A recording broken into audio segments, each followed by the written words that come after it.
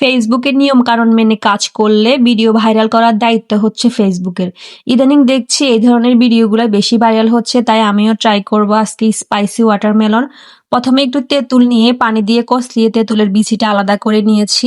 এরপর এখানে দিয়ে দিব মরিচের গুঁড়া, লবণ আর কিছু সুগা। আপনারা সবকিছু দিয়ে ভালোভাবে মিক্স করে নিবেন, যে যেরকম ঝাল খেতে পছন্দ করেন সেভাবে দিয়ে নিবেন।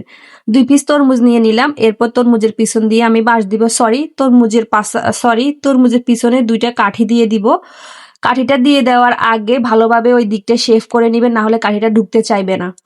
কাঠিটা দিয়ে দেওয়ার পর আমি এখানে তৈরি করে রাখা যে স্পাইসিগুলা বা মশলাগুলা বানিয়ে রেখেছি এটা মেখে নিব ভালোভাবে। আপনারা চাইলে একটা ব্রাশ দিয়ে মেখে নিতে পারেন, তবে আমি চামচ দিয়েই মেখে নিচ্ছি, যে যেভাবে করেন আর কি। এরপর সবকিছু মেখে নেওয়ার পর এটা ট্রাই করে দেখবেন, এটা খেতে কতটা মজা হয়। আর বর্তমানে এই ভিডিওটা খুবই ভাইরাল, সবাই দেখি ট্রাই করছে, আপনিও চাইলে ট্রাই করতে পারেন।